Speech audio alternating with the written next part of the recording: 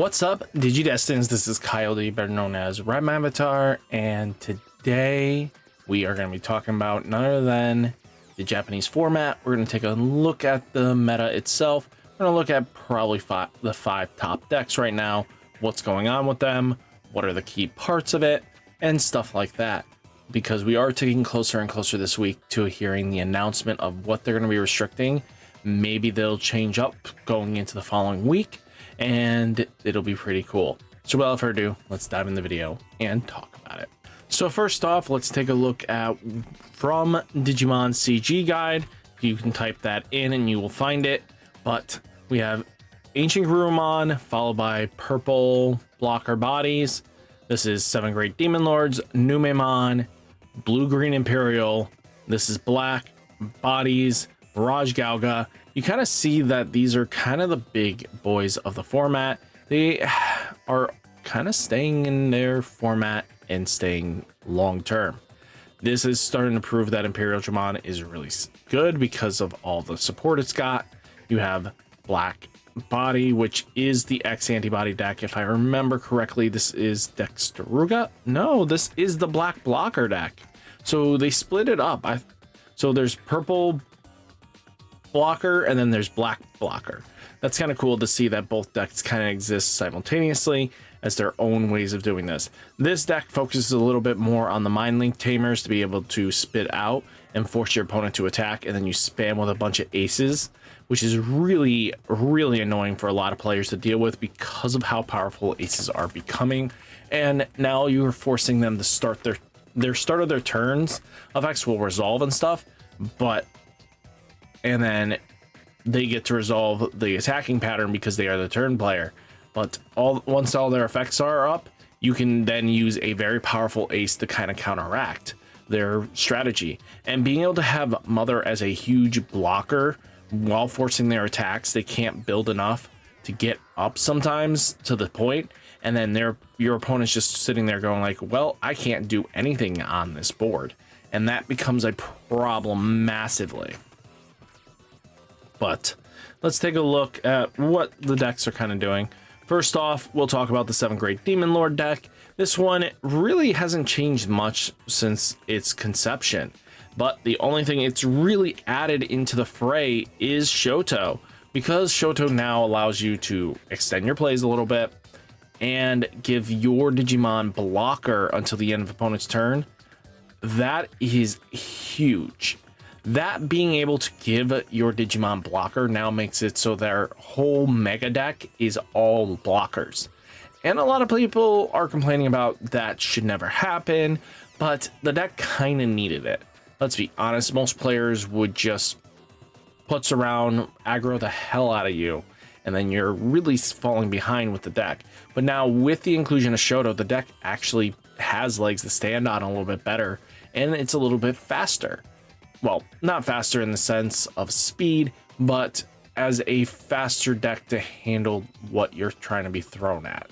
So it's kind of good in its own way, right? But now let's talk about the purple base blocker system. This one is similar to the black base. It doesn't force attack very often except through Edamon, but having the fact that you have the brother and, you know, Mother D Reaper plus Shoto in the deck, it's really hard for some decks to really handle. And the fact that they do run Revelation of Light is really annoying for some decks to get around. So let's take a look at what they kind of do. You have Koichi here, who's your basically stuff to get into trash to extend your plays, plus Shoto, making your Mother D Reaper a nasty blocker in itself, right? But not Lowy. Why do we have Loimon? It's not Lowy. Let me get the correct card, apparently. I can't even do that right. But Dustmon and Valgurmon, this bird thing. So first off, let's take a look here. Koichi for 2 costs or 1, Valgurmon for 1. On play, when digivolving until the end of opponent's turn, change one of their Digimon or Tamers into a color other than white. So this screws up so many strategies, because if you can change the color to something else, unless they have the black text to be able to digivolve properly, this shuts down any evolution climb up. So when attacking one of your opponents, one of your Digimon or Tamers may Digivolve into a level 4 with hybrid traits from your trash with the Digivolution cost reduced by 1. So with the ability to make your Koichi here, who's been on the board for a bit, now a hybrid attacker is not a bad trade-off, because now basically when you're trashing your pieces for hybrids, they're just adding fuel for Koichi to be able to Digivolve on with Duskmon's effect. Then you have Valgrimmon here, who is for each of colors among your opponent's Digimon or Tamers, trash the top card of both players' decks. Then this Digimon gets 1000 DP for each card trashed by this effect. And then end of attack by deleting one purple lower Digimon, delete all your opponent's Digimon at the lowest level. This really helps with board control, especially if you're facing against like the lowest level, and that is the Ukumons. If you can pop the Ukumon board, it just really sets them back. That's why like Valkyriemon Ace is really important. They use Edamon because with Mother D Reaper producing the blocker that you need, most threats are not going to take care of your Dusk and Valgrimmon stuff, rarely, so just keep that in mind. But even adding in the new Shadow Seraphimon Ace on play when Digivolving, Digivolve one of your opponent's Digimon by 3, and then all turns when attack targets change, one of your opponent's Digimon gets minus 8000 DP. So this is where blocker comes in so vitally important, because Mother D Reaper will keep the value train going up, and Shadow Seraphe on top of an Edamon just becomes ridiculous pretty quickly. And then you do also have access to the Valkyriemon Ace. So both very powerful aces. One deals with wide boards more often. The other deals with, you know, single threat targeters. So keeping this in mind, this deck has a lot to stand on. Then we do have Ancient Guru. So both brothers are really powerful decks, which is kind of funny to me because they both were decently strong decks when they both came out back in Bt-18. So both having their deck, you had Cherubimon with Koichi kind of just doing its thing, and then you had Blue Hybrid being its thing as well. So taking this into account with like cards like Louie and stuff like that, some lists are actually even playing the Koji Takuya combination, but the fact that this one makes it so they can't be blocked and this one just gives jamming is really much scary, because you can close out the game if your opponent can't pop this.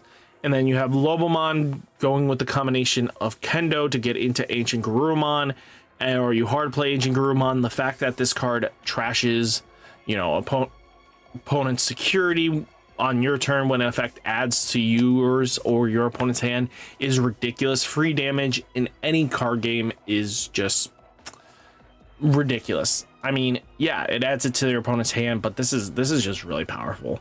But the fact that it can cycle in with, you may return one Tamer card and one hybrid trait from among them to from your trash to your hand, then you may play one Tamer card from your hand without paying its cost. I kind of wish that it had to return both to be able to activate.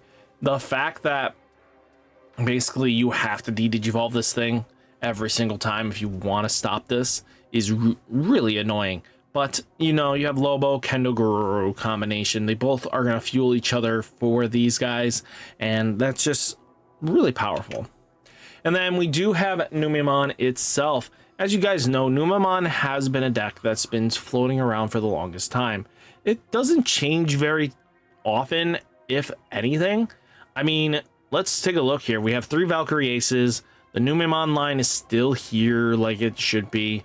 You have Uku, you have Chumon and Chikuri. They're not playing, you know, the Kawagamons, the one that negates the warping.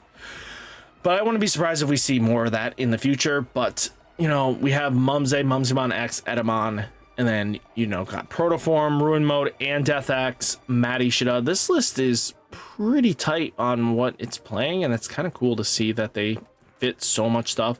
I like that, even though Edamon's at 2, but holy cow, they did a lot to make this work. But taking this into account, even not playing in the Louis, the deck is really strong, and it's a best of 3 format. So many things can get hit at this point, and probably open up the format instead of dealing with the big boys we are. And then finally into Imperial Digimon itself. Imperial Digimon is just really good at what it does. The fact that it has a tamer that plays one of its searchers and be able to be consistently enough to be able to grab whatever piece it needs is vitally important. I think if you have to hit things, all 5 of these decks need to be hit across the board. You can't let any of these not walk away with some sort of hit, because the deck is as strong as it is. There's nothing wrong with it, but you do have to respect the deck's power level, to be honest with you. But I mean, we have a lot of potential going into the formats. Things could definitely change up. I mean, we only have basically what, 3 more days for us to know what's going to get hit, and we know what we're going to get hit with. So it's just an inevitable time. So guys, hopefully you enjoyed the video. Hit that like button, hit that subscribe button, stay safe, stay healthy, and I'll catch you next one. Peace.